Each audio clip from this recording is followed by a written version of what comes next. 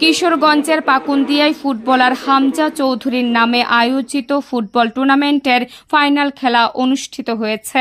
মঙ্গলবার বিকেলে চর এলাকা ঐক্য পরিষদের উদ্যোগে খেলার আয়োজন করা হয়।